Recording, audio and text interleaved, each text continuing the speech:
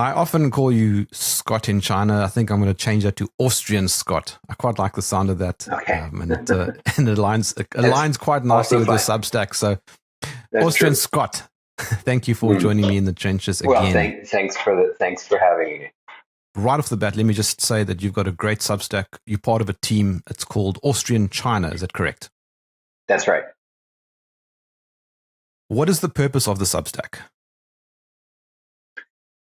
Well, I mean, there are a lot of there are quite a few sources out there of people inside China trying to communicate to a Western audience a more, let's say, realistic view of China than what you typically get from, well, certainly Western media, but actually it's mostly what you get on Western social media. We also have a Chinese language production team. So we actually, most of our content we produce for China, inside China. But for the Western audience, every now and then we do a few things. And I think that as with any country, China has all sorts of problems, and some things go well and some things go less well. And one of our goals that we set ourselves is to try and interpret what's going on in China from the perspective of the Austrian School of Economics, which is somewhat known in China, but there are not very many people that are reporting from that perspective. And the Austrian School of Economics is kind of a toolbox more than anything else, helping you to use economics to understand what's going on. And we try and do that for applying it to China with a focus on, let's say, more a focus on the economy. But of course, the economy is interconnected with all sorts of other things. But inevitably, trying to communicate these, what the reality in China to a Western audience means that we also have to spend some time, as you would often say, debunking myths, debunking propaganda that's being spread in mostly Western social media. Not so much the official media, because the official media is a little bit more careful, but social media, you tend to get a lot of pure propaganda. And I think that's, it's a delicate thing because I don't want to create the impression that that's our sole mission is to debunk Western propaganda and say that everything in China is all rosy. I think that's also one of the things that you appreciate, which not many people do, and is that we try and deliver sort of a more balanced view of China without saying it's perfect, without any problems. On the contrary, it has lots of problems, and that's one of the topics we've talked about several times before, and that is that China is, in that sense, it's really just a normal country. In that sense, it has some things it does well, some things it does less well. It has all sorts of problems, and it's not the authoritarian dystopia that it's painted out to be. But there are some definite authoritarian tendencies there. It's not like that's all imagination either. So I think that's the kind of balanced view that we try and transmit. However, as we both know, that view is not appreciated by very many people. People want to have you really all be on one side or the other. And it's always amazing to me that people accuse you of being a shill for the Chinese Communist Party because you actually deliver a very balanced view, which is unlike most of the people out there, right? And it's not really the same thing when you appreciate the things that do go well, and then but at the same time, and then see the other side as well. It's a puzzle to me how people don't notice it, but I guess it's probably because a lot of the people that do spend time attacking you probably do so because they are being paid to do so. Maybe not, but I get that impression sometimes when I read various posts, which may give me the impression that people are not listening. They're not paying attention. So that's that. Yeah, so, I mean, that's one of the reasons why I started re-evaluating my views on China. When I stumbled across your Substack a few years ago, and I realized that Substack. What did I say? Renee, you said Substack. it's still morning here. Not a stub anymore, although it could be more. It could be fuller, but it's more than a stub now. Yeah, one of the things that caught me about reading the articles that you put out is that you weren't suggesting or haven't been suggesting that China is utopia, and you're also not suggesting that it's this totalitarian hellhole. And I mean, if you if you look at Western media as a whole, it is this totalitarian hellhole where everybody's got social credit scoring and you can't do anything, right. And there's this great wall. Well, you've sort of had the message delivered: the people live in terror of the government. Yes, yeah. And the people. One of the favorite phrases is that people are oppressed. I can't remember if I told you I was at a cocktail party with some in the U.S. a while back. Well, not that long actually. It was half a year ago. Hold on. Just sorry. Hold on. Let's just contextualize. You're not actually in the U.S. Sorry. You're living in China. I'm actually in China. Yes, I'm in Shanghai. Yeah. Okay. Sorry. Go on. Sorry. Yeah, and there's this party with some high level political people, and I was trying to do my typical thing of trying to dispel some of the myths, and I think we got to the social credit system, which this guy who allegedly has all these political connections, well informed, and he completely believes the story. He believes the whole thing. And then he asked me this question. Well, I won't go into that right now, but then he asked me, he said, so do you think the Chinese people are oppressed? I said, well, that's a kind of a difficult question, but I'd say in many respects, certainly they feel much less oppressed than the people in the U.S. And that was like, well, that was the question. That was too much for him. But I can understand, because without the information that you need to understand that, then that doesn't make sense, right? But certainly, I would say that in general, Chinese people don't feel particularly oppressed, and that's just even that one statement is kind of a shock for people that read too much Western social media. I mean, you're in Shanghai right now, and we are not using a VPN, so there's no great firewall of China. Well, that's not true. No, there is. China does block some. China does definitely block some sites, although they block less and less. They used to block most of Western media. At least that was my impression.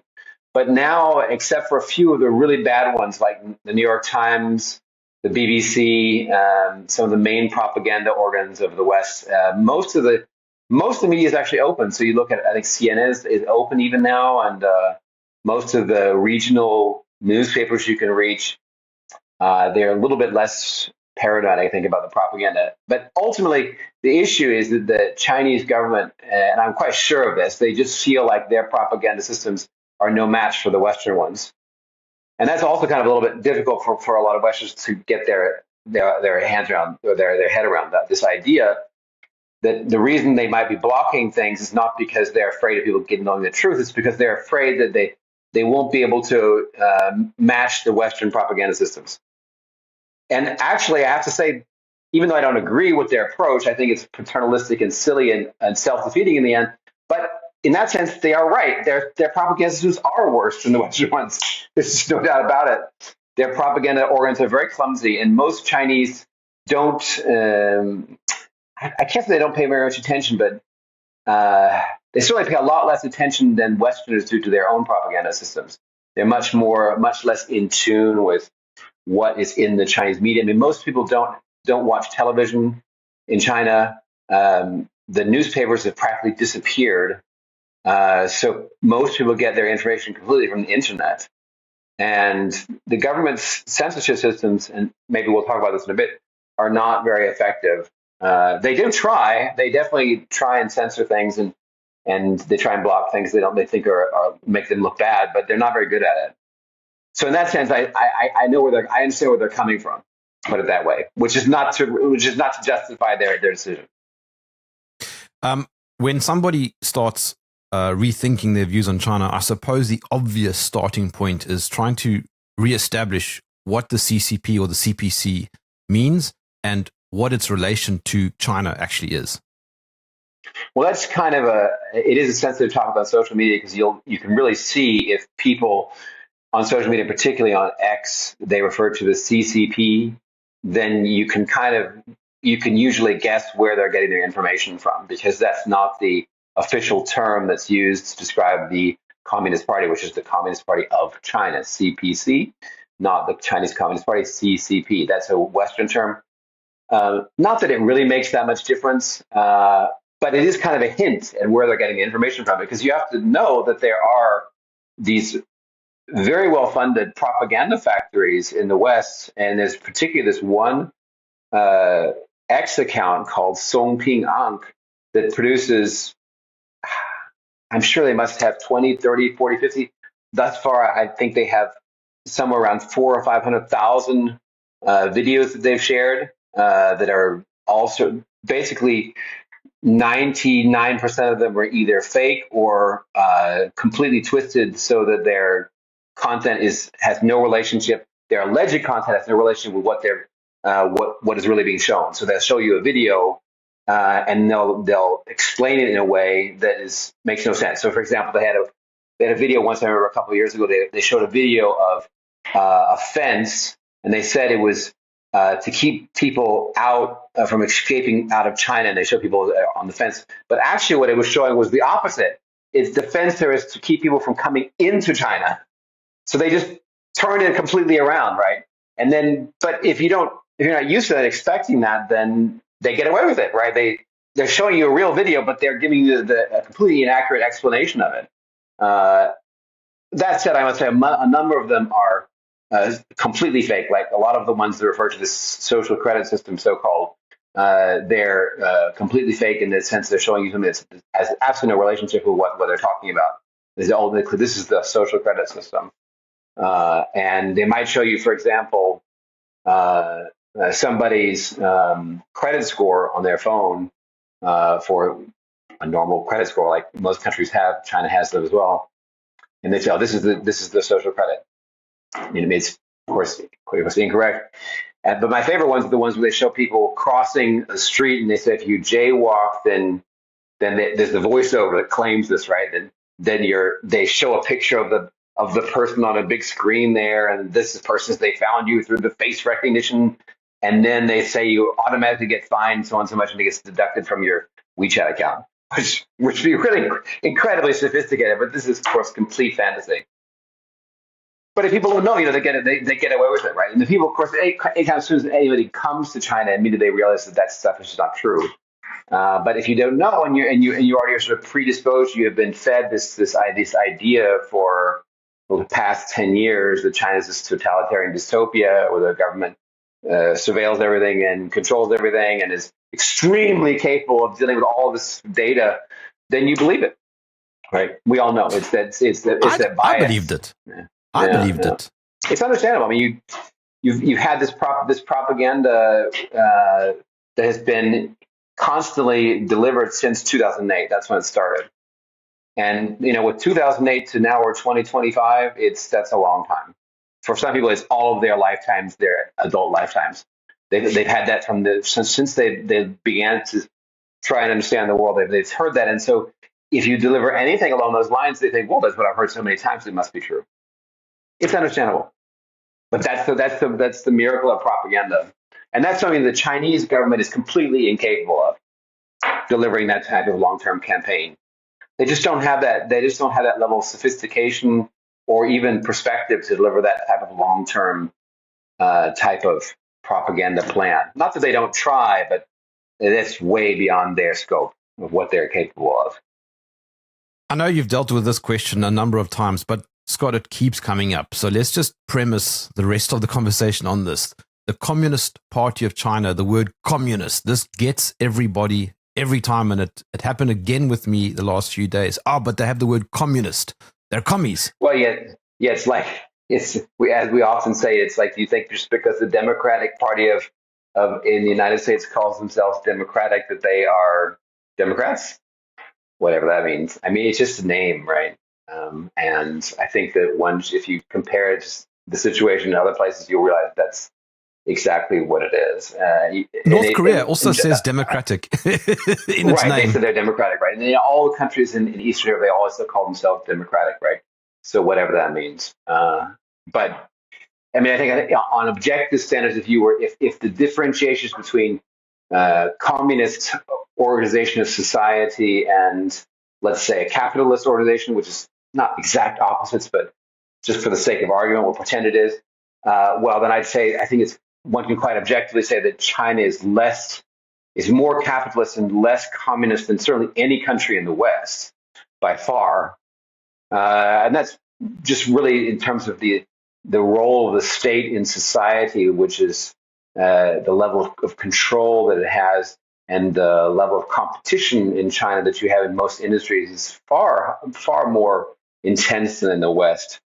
And you also literally, you have China accumulates much, much more capital than any other Western country.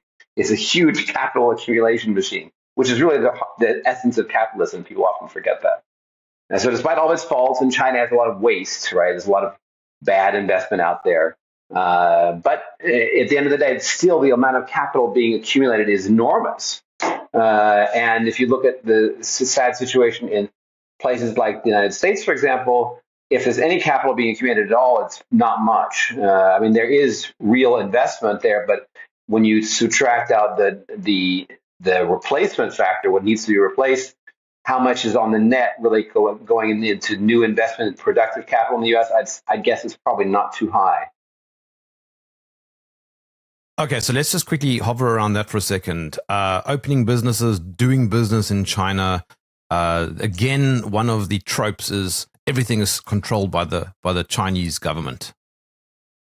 Right. Well, actually, that reminds me of a story that we just mentioned prior to this discussion, and that is the story of the Smithfield Company. Or when I raised that to you, it's a American company that's specialized in the swine raising industry, and I believe in the U.S. they have like 80% of the pig production.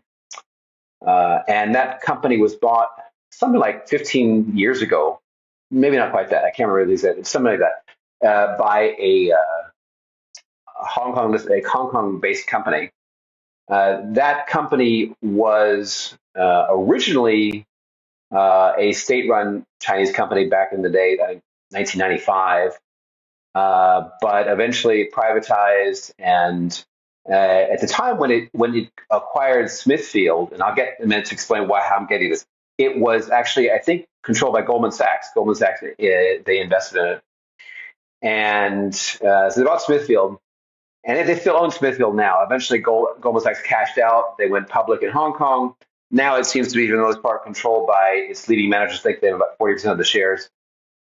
But if you listen to the reporting about this company in the U.S., there's this constant discussion of how the Chinese own all of our farmland. They're buying up all of our farmland. And just recently, there was a piece that RFK Jr. did talking about this, and he specifically mentioned the example of Smithfield.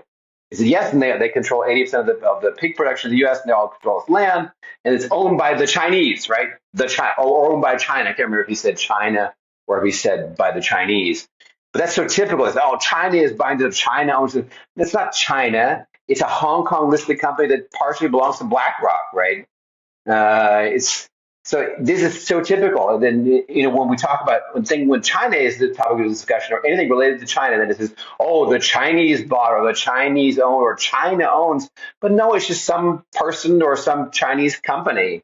It's not the same thing as the government, right? I mean, maybe the government in some cases has some share of it, but at the end of the day, most companies, especially most of the productive companies in China, are privately run. The figure is roughly it's roughly 75% that's of the value added created in China comes from privately run companies, including foreign invested companies.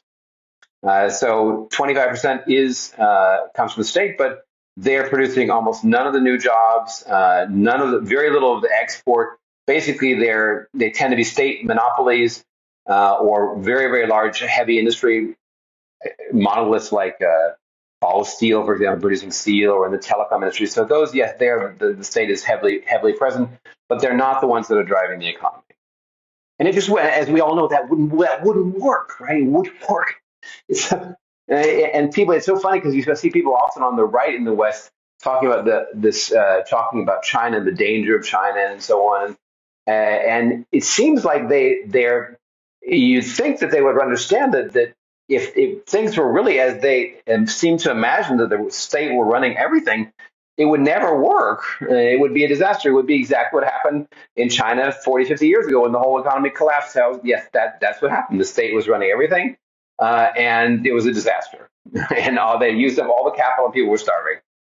It doesn't work. And everybody knows it doesn't work. So it's such a funny thing that people imagine that could possibly work. And certainly that they somehow managed to imagine that China, with this this setup that they seem to believe in, where the state runs everything, actually manages to dominate most of the industry in the world. And most sectors of the economy in the world are dominated by Chinese exporters. How could that be possible? It's because they pay subsidies.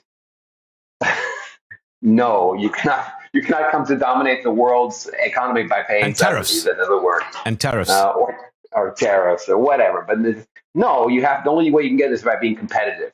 You can't become competitive by being run by the state. The state is absolutely way beyond its scope of handling anything like that. Yeah, as I was saying, one of the triggers for me is, why is China always the target of the Western industrial complex? Is there industrial complex, or is it the political elite, the political? Okay, yeah, political elite. That's good enough. I mean, I'm not privy to their conversations, but I think we can all make a guess that it's for good reasons, in the sense that they are afraid of China as a competitor. I think that certainly is the logical explanation. And that's a reasonable fear. But as Trump himself said back in 2016, he said that China and the U.S. have a bad deal, but I don't blame the Chinese for it. It was mutual. He didn't use exactly those exact words, but that's pretty much what it boiled down to. I mean, it was this whole setup they've been running for the last 25 years, where China's been allowed to accumulate massive export surpluses, and the U.S. and Western Europe, to an extent, have deindustrialized. That was completely agreed on a high level between the leadership of China and the West. I mean, they were both in on it. It could not have happened without complete collusion on both sides. They all had to be in on it. And I don't. My personal opinion, as you probably recall, is that it's not a very good deal it's neither a good deal for China nor for the rest of the world. Why should China be dominating all of these industries? Why can't the playing field be a little bit more even and give companies in some other countries a chance to compete? But I don't think you can't blame that all on China either. It was both sides that were in on this deal. And where we are now, we're in a difficult situation because of the economies of scale in so many industries. It is very, very difficult for Western companies to compete with China. But we have this bizarre situation where China in so many areas is producing everything for the entire world, and it can keep doing that, and in return it's accumulated ever larger amounts of debt, right? The rest of the world owes China. I don't see what's in it for China. I think that it would be a much better deal to even the playing field a bit, not with tariffs, but just by adjusting the exchange rate and giving the Western companies a little bit better chances. But our government doesn't want to do that. So there we are. But you were alluding to the fact that the Chinese government is not actually all that brilliant. They make a lot of mistakes and bad judgment calls. I'd say that's definitely one of them, in my opinion. And because what they're doing is they're trying to harken back to their wishful thinking of a planned economy, and they see that China there's a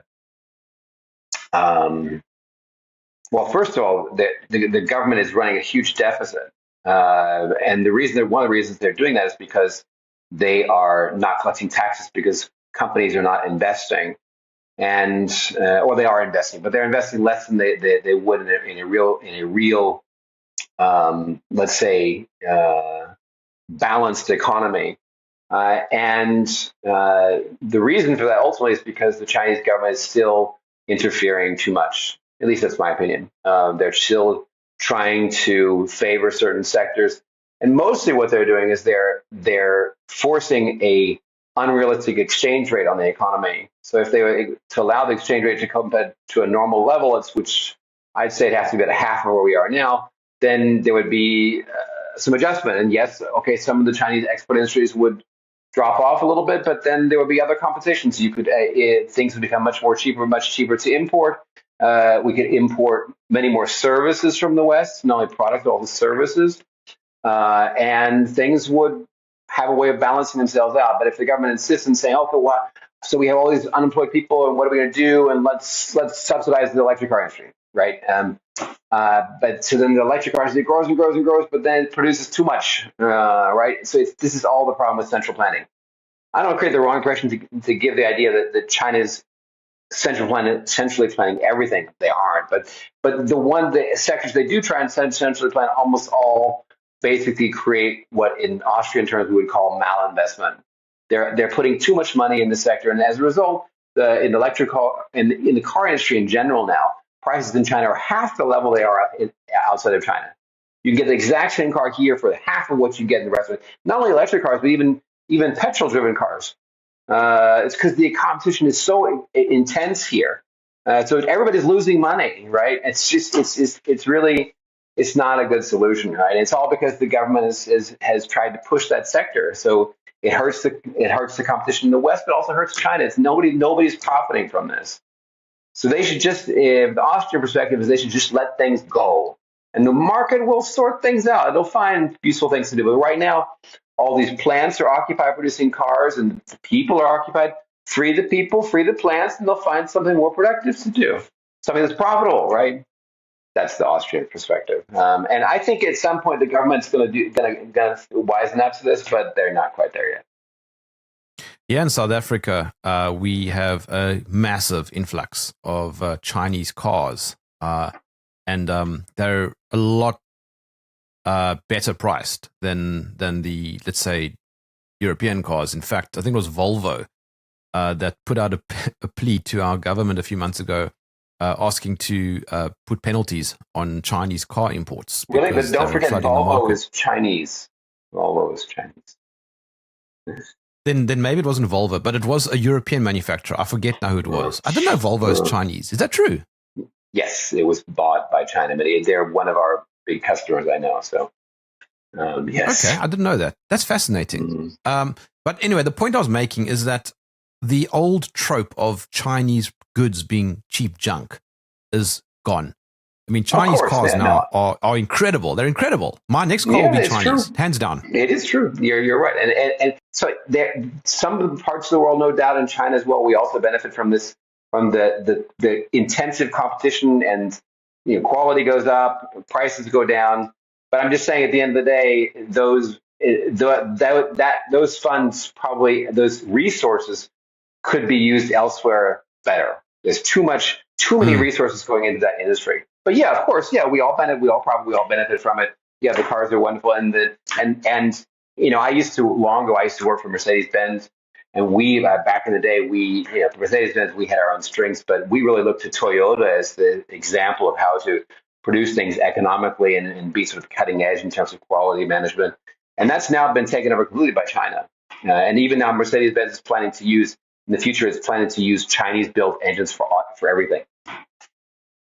You mentioned Mercedes-Benz. They were one of the worst performing cars in South Africa in terms of sales, and it's Audi, not Volvo. It was Audi that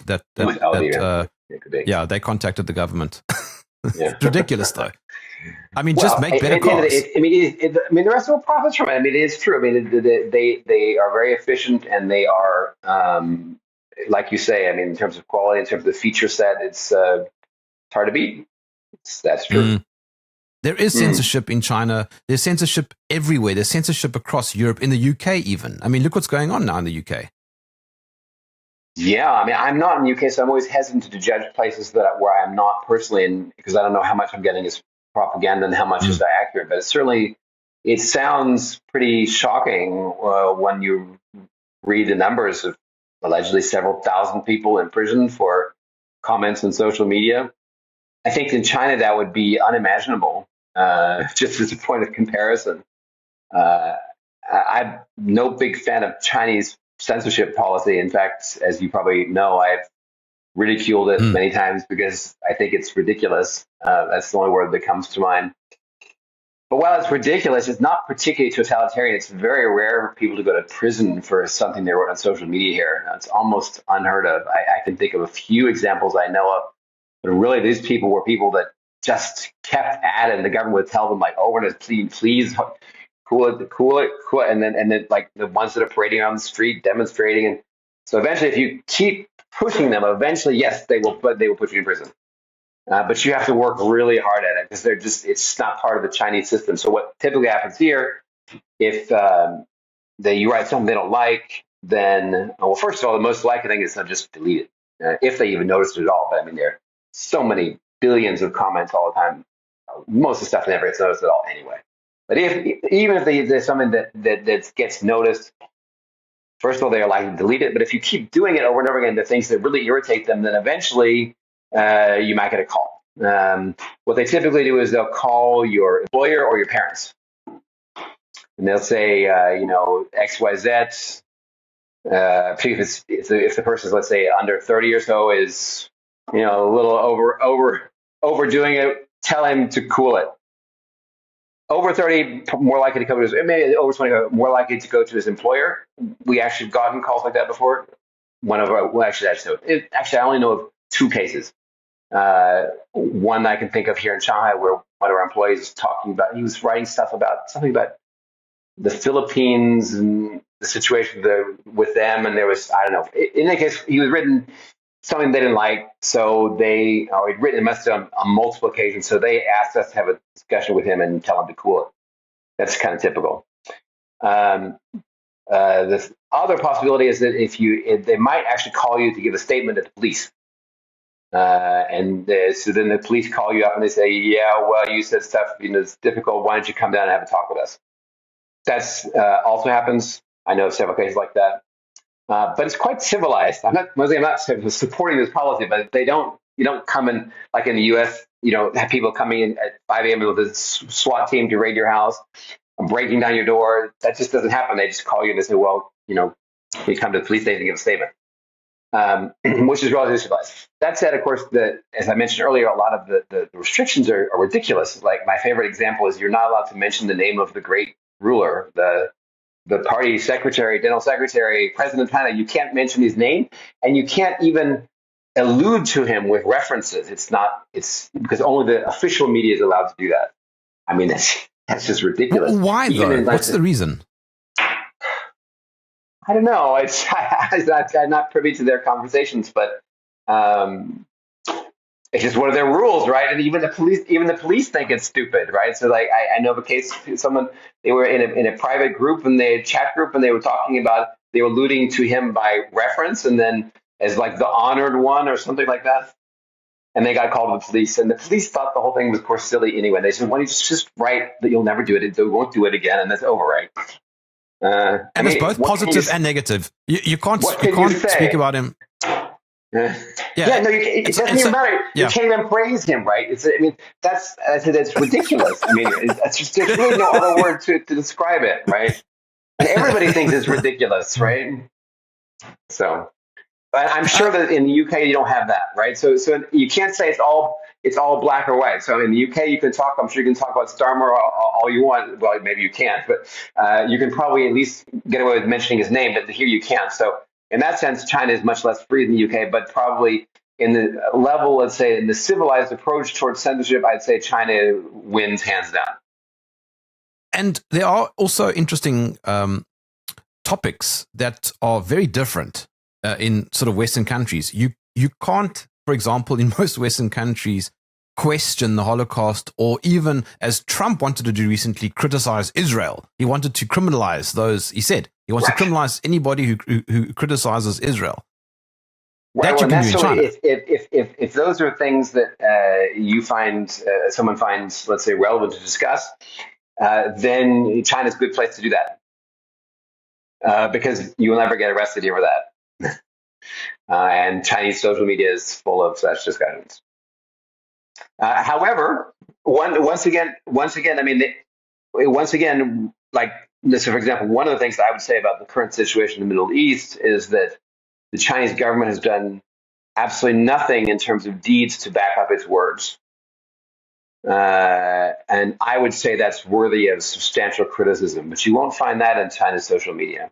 You can't protest either. Like the Chinese government doesn't like people protesting in the streets. Protests. They don't like people protesting in the streets. They really don't like that. So if you really want to get yourself in trouble, then you go protest in the street.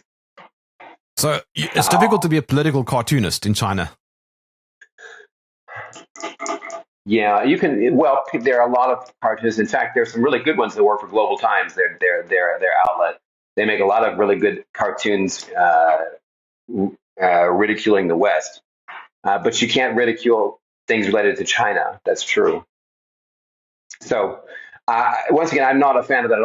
I'm not trying to defend that system at all.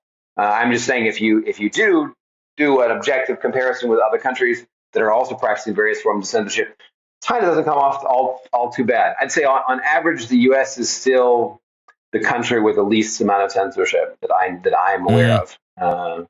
Where you really do have the most. But in the U.S. also, if you talk about forbidden topics, then the danger, of course, is that you face a loss of income and that you will be ostracized or taken off various social media sites. And in China, we kind of have the same thing in a way, except that obviously, once again, like you mentioned, the topics are different.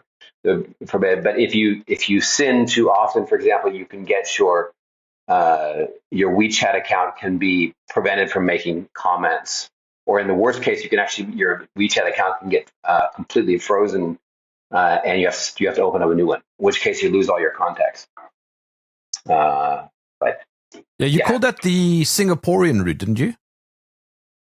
No, that was the Singaporean model. That was really referring to that's one approach that China takes towards stopping people from saying things they don't like, and that is by finding companies. There was that case that we reported about a couple of years ago where this comedy production company, one of their top comedians had made some joke which was taken to be insulting to the army, and they fined them almost $2 million for this joke, and then banned them from appearing for a month or so. I think that was the Singaporean approach because it was Singapore I think they were kind of pioneers in the area of trying to suppress political opposition by basically fining people out of existence. They were just enormous fines. The business, okay, I get it. So they wouldn't imprison them, but they just make it economically the price too high.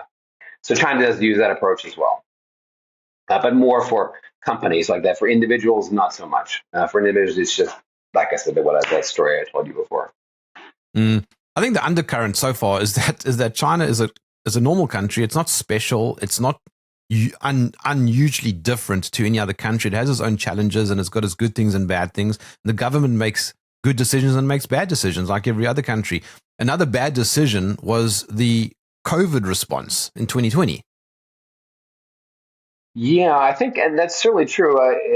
It was, I think, their initial response didn't work out as well at all. But to be fair, I think if we go back and look at the record, we can see that what China did in February of 2020 was exactly what was written in that lockstep scenario that the Rockefeller Foundation put out in 2010.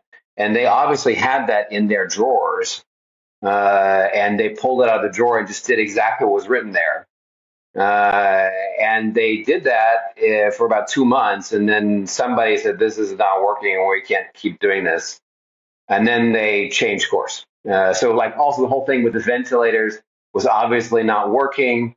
And it took them about 4 to 6 weeks to figure that out. And of course, the amazing was by the time that China had figured it out, that this ventilator thing wasn't working, that was when New York was saying, we have to buy 500,000 ventilators, right?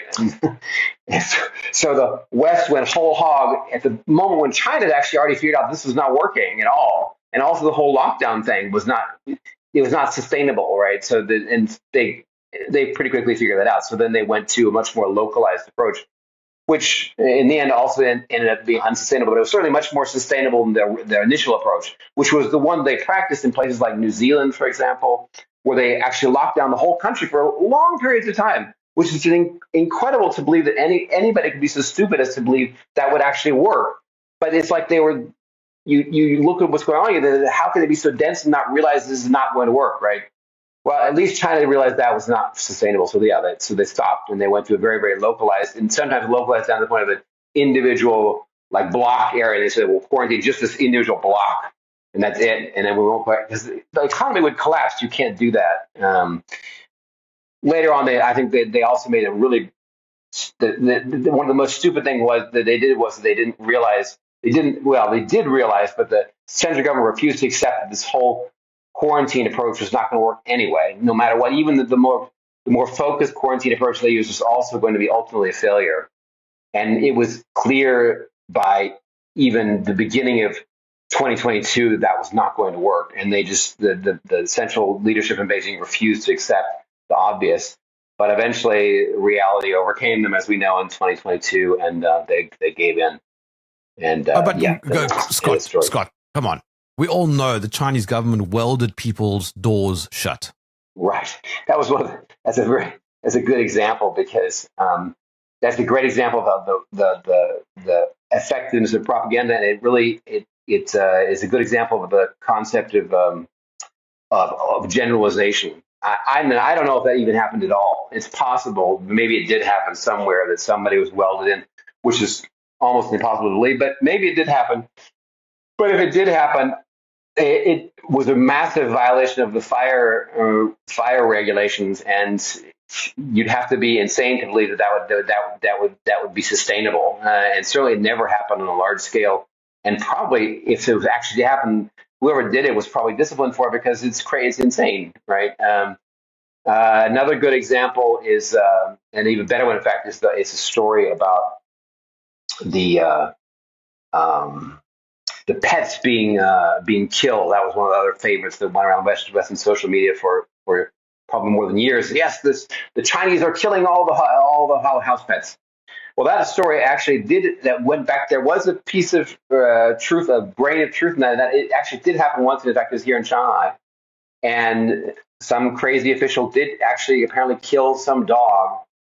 And it appeared pretty quickly after that in the newspaper, and the government attitude was this guy lost it, and this is obviously not acceptable. We can't have that. But so it was actually internally in China, it was over pretty quickly. It was recognized, reported on. No, this is some official going overboard. But in the Western social media, and not the Western mainstream media, but the social media, it became what's that word called? What do you call that in English when it's just that gets repeated over and over and over and over and over again? And then it was all this very general thing, like the Chinese are killing all the house pets.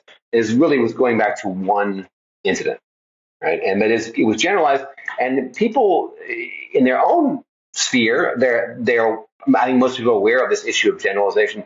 But when it's something from China far away that has this terrible reputation of the government controlling everything, then people are more likely to believe it, even though it's just a typical example of overgeneralization.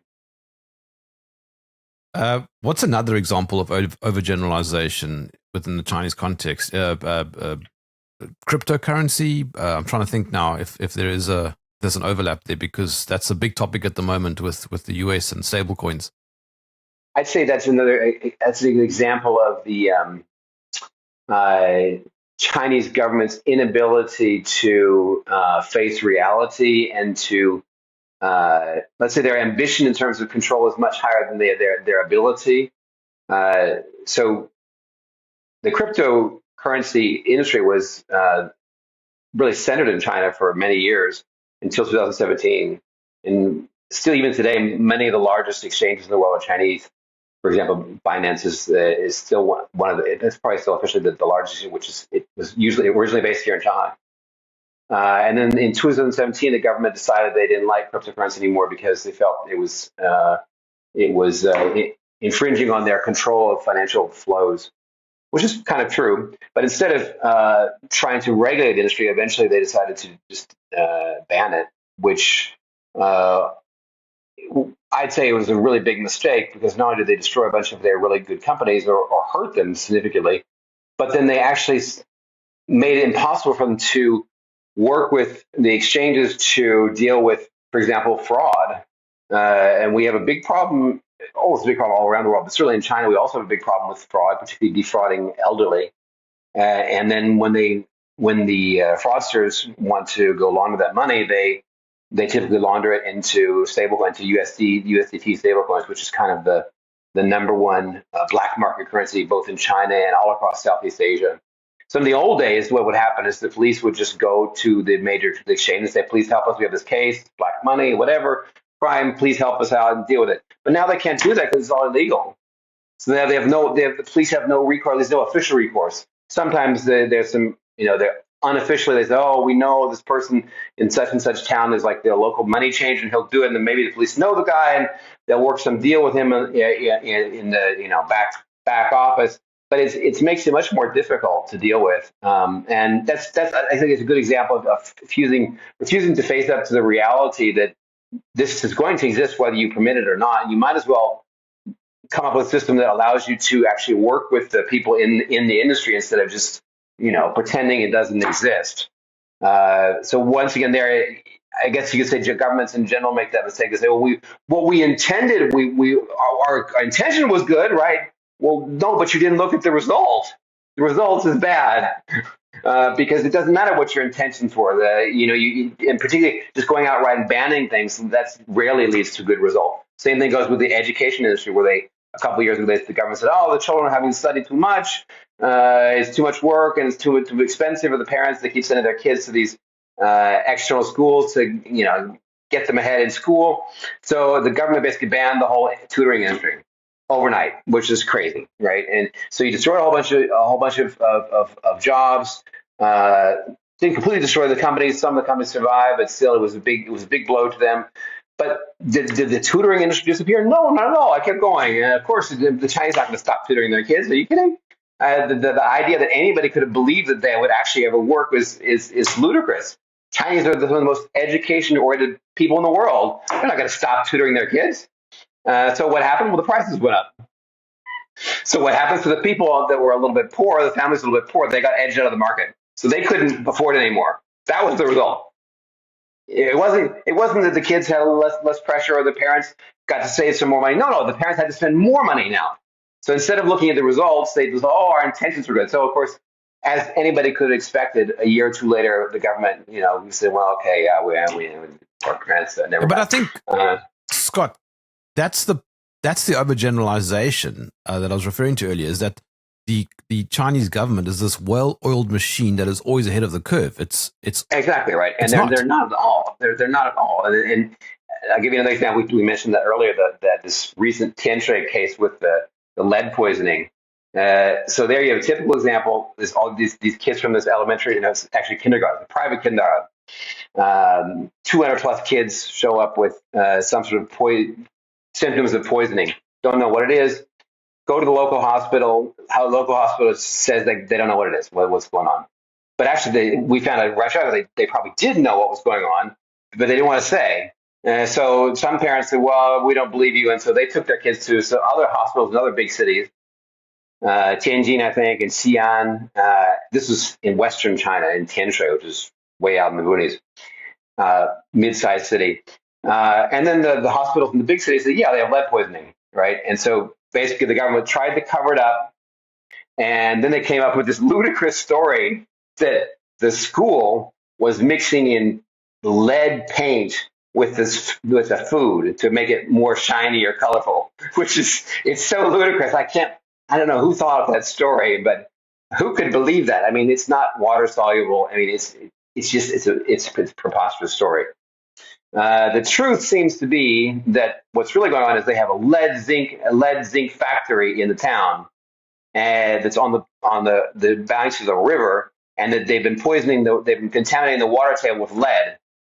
And what the school did was, because it was a privately owned school, and so the school, because they were in it for profit, they sank their own well instead of paying the high water rates, and so they took water from their own well, and that's how the kids all got poisoned. But of course, the government couldn't allow that to come out, because that would reveal the whole water table was contaminated. And why is the water table contaminated? Because they didn't obey the environmental regulations that prohibited this plant from being erected next to the river. So they tried to cover the whole thing up and try to suppress the discussion so but it all failed, and it all came out. And now everybody in the country knows, right? And so now they look really stupid. Not only do they come up with this really stupid story that is so preposterous to like how could they be so stupid that anybody would actually believe that with the paint, right? And then they're trying to cover up. They actually coerced the hospital into covering up the truth and not telling the parents what was going on, which is itself a crime, right?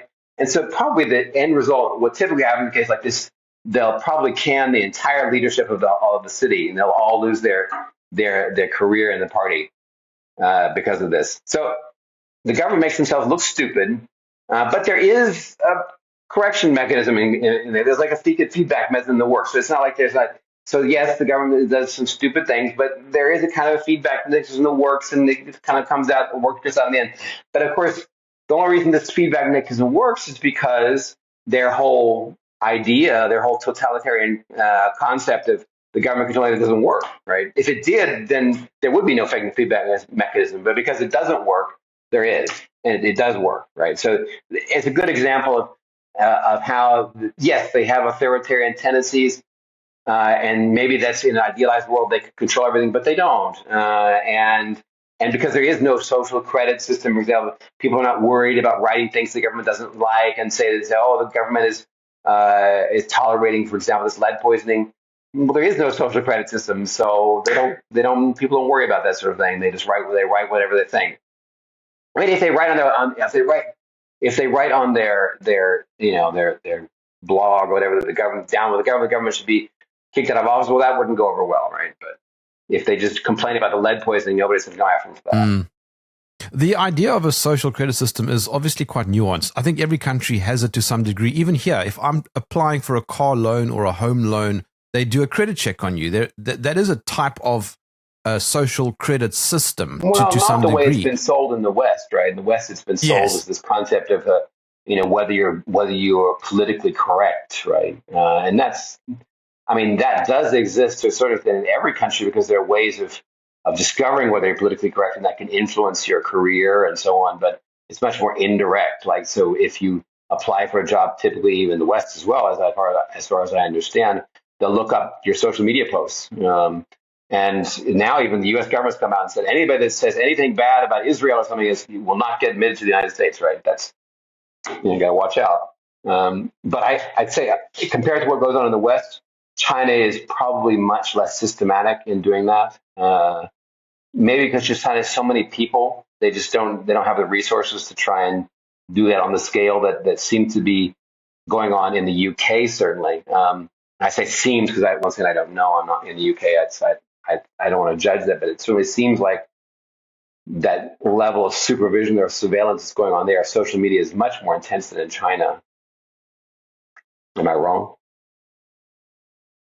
No, I don't think you're wrong. But if you watch some of these fear porn documentaries that have come out over the last few years, the social credit score, and it shows you these aerial shots of each Chinese citizen with little squares.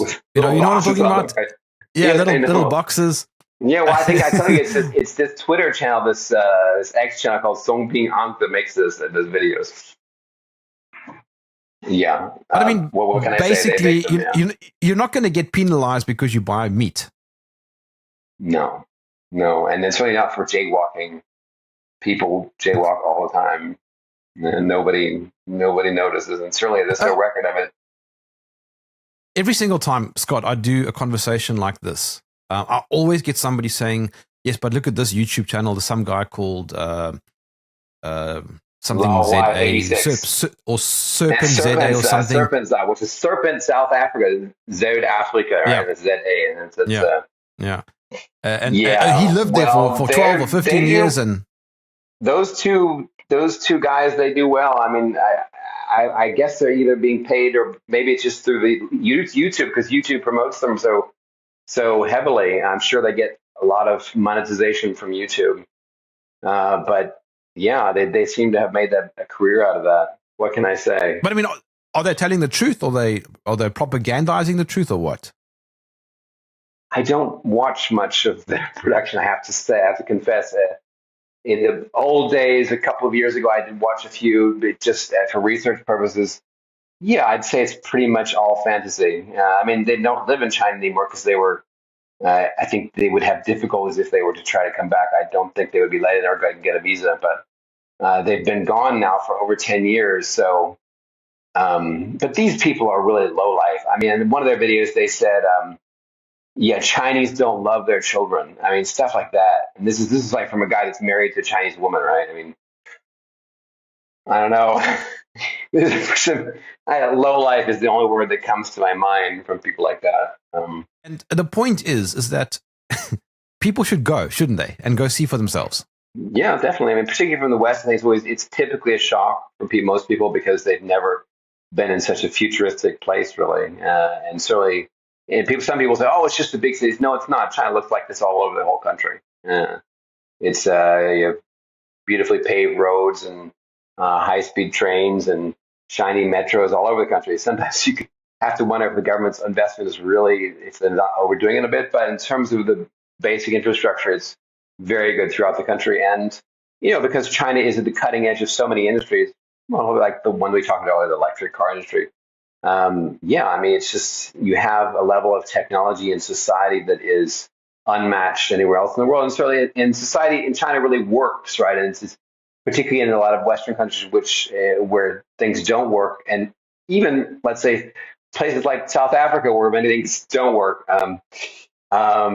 Yeah, I think it is a shock to see that how well things work in China. And it is a superficial impression to a certain extent, because there are things that don't work in China. You don't see those immediately, right? So don't get me wrong, but it is good to have that comparison. And and it's not all on China's side. We don't have, for example, the right to carry arms here. You can't go hunting here, which you guys can do there.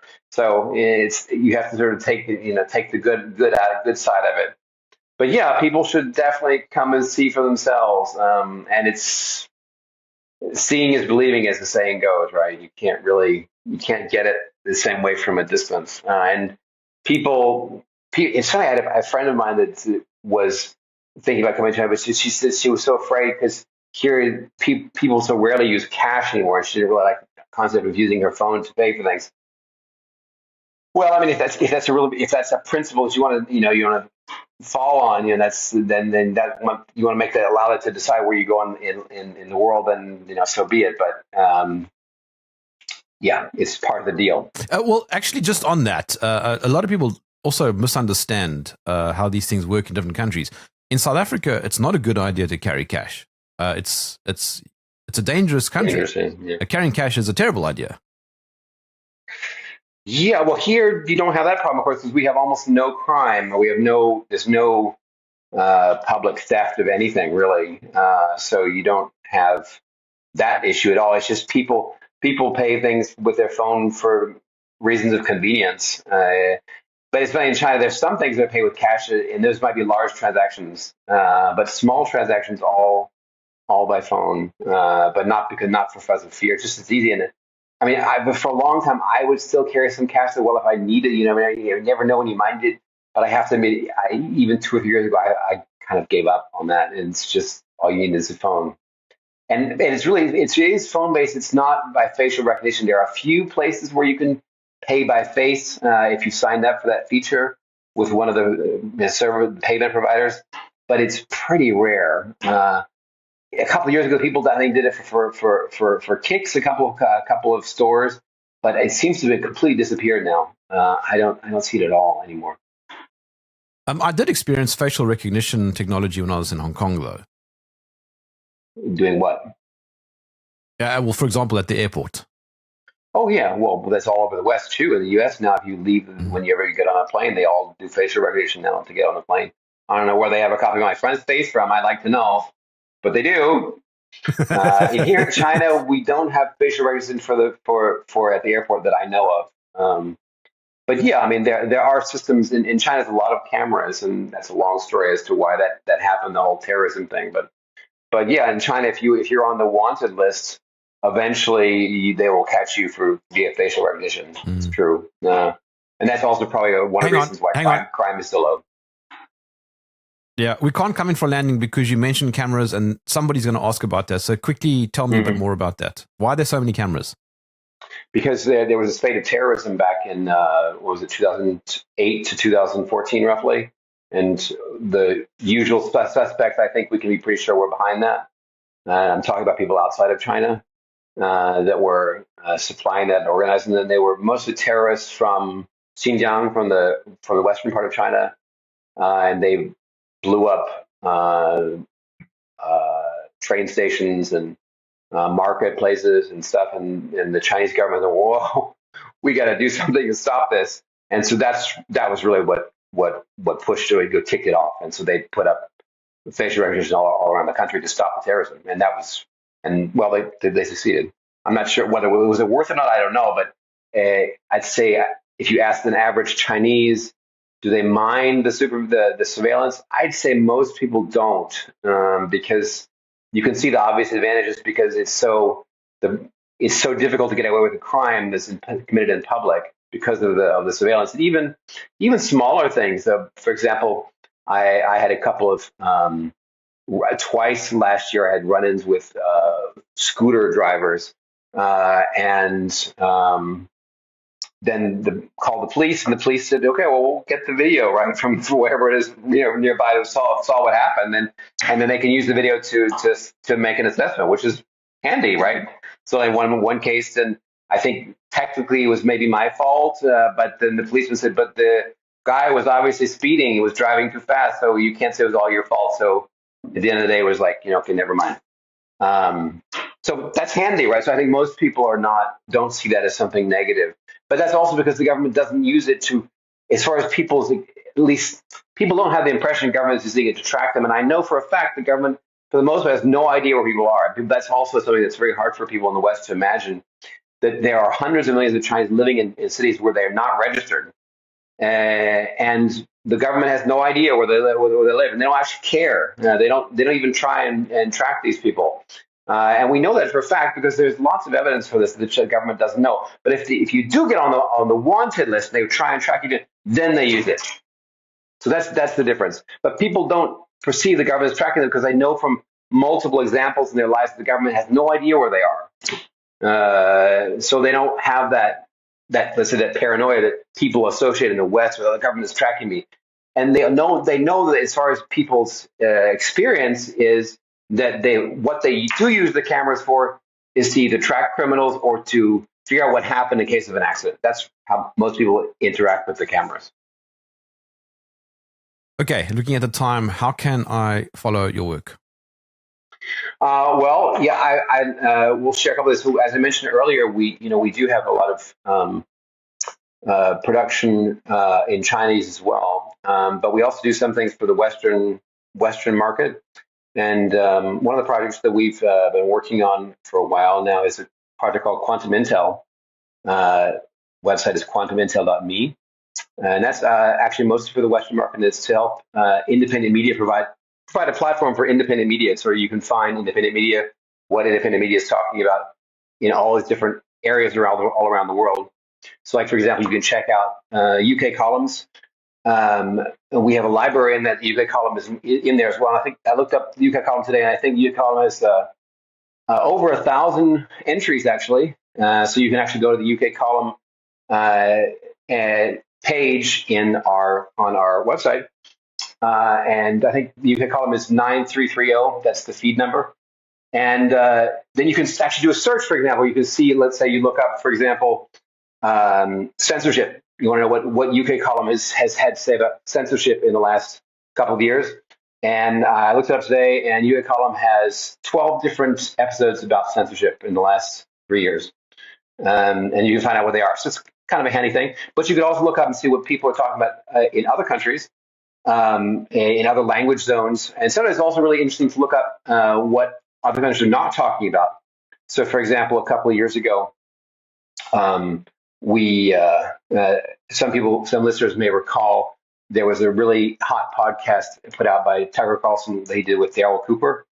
And it was sort of the talk of the country in the US. I don't know about the UK, but it was some sensitive topics, and there are a lot of articles about him. But if you looked up Daryl in the German press or the German independent media or in the French independent media, you would discover nothing. He was completely blocked out. So it's actually quite interesting to see what's not being discussed. But because you can do that content search through the platform, you can find that out. And we also have a translation function, so if you're not too comfortable reading German, then it will translate it for you. So that's also kind of handy. So that's one thing you can check out. And then, of course, you can also check out our Austrian China Substack, which is Austrian China, Austrian with an N, as in the country Austria, Austrian China .substack.com. What's the quantum URL again? Quantumintel.me. So it's all quantum like quantum physics, and intel like intelligence.me. And if you enter 9330 there, you'll see at the top on search for that, and you'll find that's the UK column, the main UK column feed. Although you also search for UK column as well, but that's just the abbreviation. Austrian Scott, it is always a pleasure chatting to you. Thank you for joining me in the trenches. Thank you, Jerm.